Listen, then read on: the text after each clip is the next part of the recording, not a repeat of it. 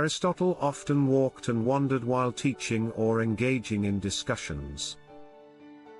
He believed that his wisdom emerged better when he was in motion.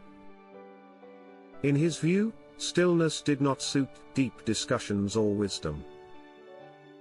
He never liked talking or debating while stationary, so those who adopted his philosophy and walked alongside him were called wanderers.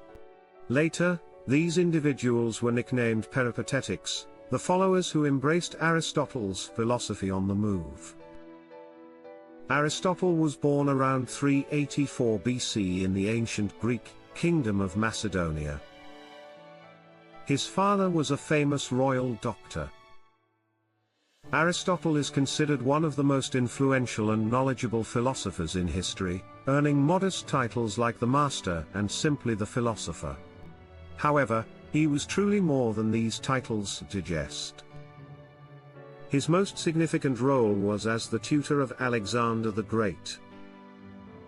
Inspired by Aristotle's teachings, Alexander decided to conquer the world, clearly showing his love for exploration.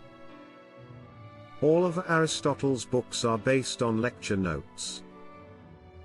He was curious about how objects and beings in the world moved and operated. He pondered questions such as, how does a turtle grow? How does a squid reproduce in the sea? Why do plants grow in the soil and not in the air? Aristotle was always curious about what makes humans human and what makes societies function. This curiosity made him both practical and a master in philosophy. Aristotle deeply explored what makes people happy, and what factors contribute to a good life. In his work Nicomachean Ethics, he focused on specific virtues that successful and good people possess. He believed we should develop these virtues in ourselves and honor them in others. Aristotle highlighted 11 key virtues. 1. Courage. 2.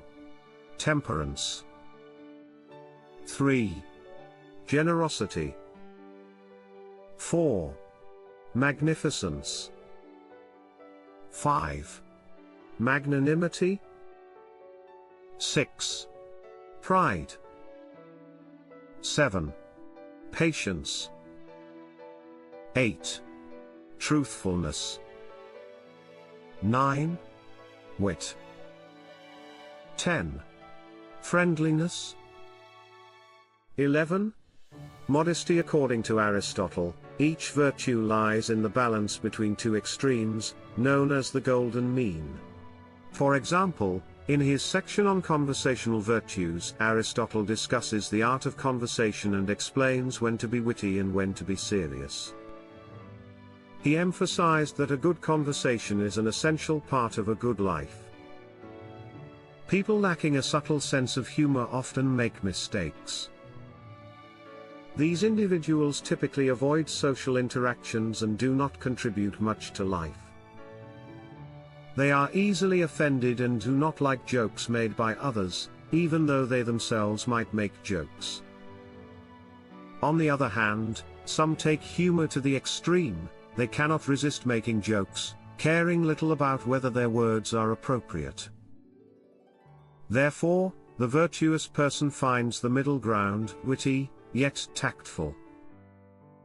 Aristotle believed that we cannot change our behavior overnight. However, change is possible over time. He believed that moral goodness is the result of habit, which requires practice and encouragement. Therefore, people who lack virtue should be seen as unfortunate rather than wicked.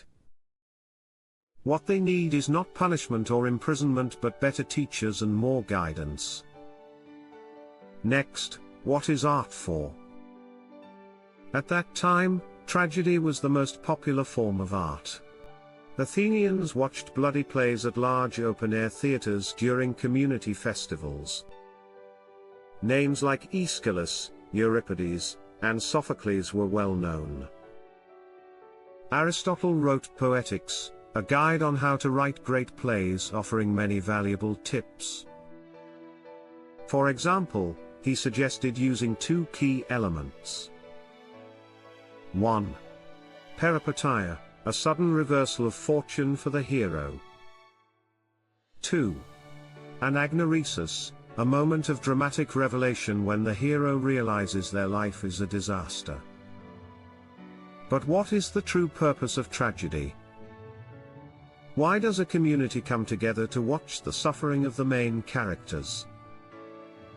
Aristotle's answer is catharsis, or catharsis, which means cleansing.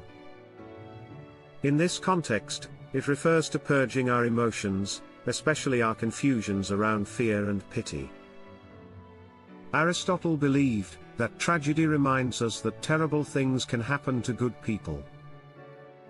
Therefore, it teaches us to show more compassion towards those who make tragic mistakes. The purpose of art, according to Aristotle, is to imprint deep truths about life into our minds. Next, what is friendship for? In Nicomachean Ethics, Aristotle identified three types of friendship. The first is friendships based on pleasure. The second is friendships based on strategic alliances. And the third is true friendships. A true friend is someone who may not be like you but whom you care about as much as yourself. Their sorrows become your sorrows, and their joys become your joys. Lastly, how can ideas resonate in a busy world?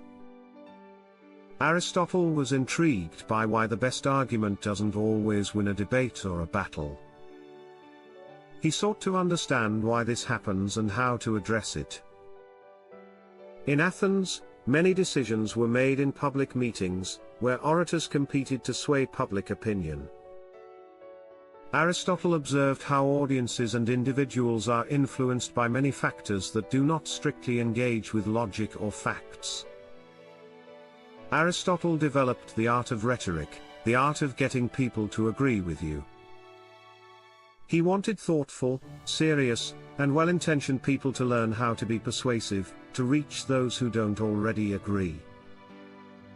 Aristotle emphasized recognizing, acknowledging, and soothing people's fears, understanding the emotional side of issues, and using illustrations and examples to bring your points to life.